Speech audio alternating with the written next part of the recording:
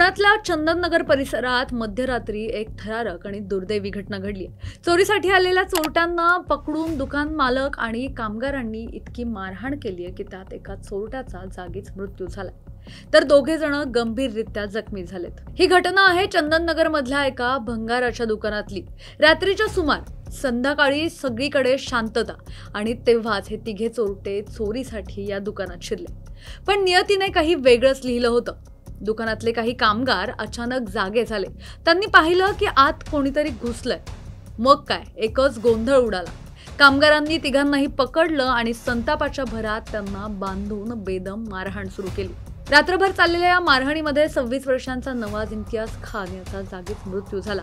त्याचे 2 साथीदार गंभीररित्या जखमी झाले आणि त्यांना ससून रुग्णालयात दाखल करण्यात आलं। हा संपूर्ण प्रकार समजल्यावर सकाळी पोलिसांना माहिती मिळताच चंदननगर पोलिसांनी घटनास्थळी धाव घेतली आणि मृतदेह शवविच्छेदनासाठी पाठवला, तर बाकीचे जे दोघं गंभीररित्या जखमी होते त्यांना ससून रुग्णालयात दाखल करण्यात आलं। यासोबतच दुकान मालक आणि कामगारांना सुद्धा आता ताब्यात घेऊन त्यांची चौकशी सुरू आहे। या घटनेबद्दल पोलिसांचा तपास सुरू आहे। मात्र पोलिसांचा प्राथमिक अंदाज असा आहे की जेव्हा चोरटे रंगेहात पकडले गेले तेव्हा आत्मरक्षणासाठी आणि संतापाच्या भरात ही मारहाण झाली असावी। मात्र नेमकं काय घडलं आणि याला जबाबदार कोण याचा तपास पोलीस करतायत। एका चोरीच्या प्रयत्नानं एका तरुणाचा जीव घेतला आणि दोघांना जखमी करून सोडलं। आता या घटनेनंतर एकूणच परिसरात भीतीचं वातावरण झालंय आणि चर्चा सुद्धा होतीये। तुम्हाला ही माहिती कशी वाटली आम्हाला कमेंटमध्ये नक्की कळवा आणि अशाच माहितीसाठी पाहत रहा सिविक मिरर।